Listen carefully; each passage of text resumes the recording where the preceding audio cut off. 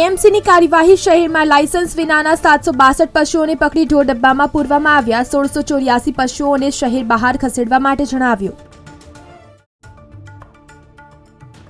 ઉત્તર પૂર્વના ઠંડા પવનોને કારણે પારો 15 ડિગ્રીએ ગુરુવારના રોજ પણ ઠંડીનો પારો 15 ડિગ્રી સુધી રહેવાની સંભાવના।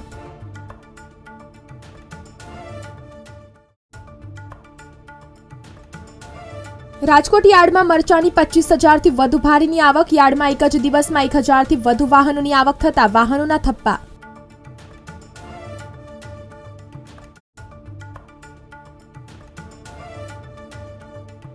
ઉત્તર ગુજરાતમાં 48 કલાકમાં ઠંડી 3 ડિગ્રી ઘટશે। 23મી ડિસેમ્બરથી 26 ડિસેમ્બર સુધી ઠંડીનું પ્રમાણ 3થી 4 ડિગ્રી વધી શકે।